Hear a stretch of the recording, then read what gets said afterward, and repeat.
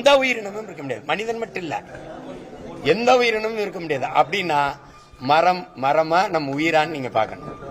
இப்ப நம்ம சுவாசிக்கிற மூச்சு காற்றையே அவன் தான் அத மூச்சு காற்றா மாத்தி தர்றான். அப்ப மரம் நம்முடைய உயிர். மரம் அப்ப மரம் அது மண்ணின் வரம், அதை வளர்ப்பதே மனித அறம். வனம் செய்வோம் அப்படிங்கறத கருத்தை வலியுறுத்தி நம்ம போறோம். இப்ப உங்களுக்கு புவி வெப்பமாகுது, எல்லாருக்கும் தெரியுது.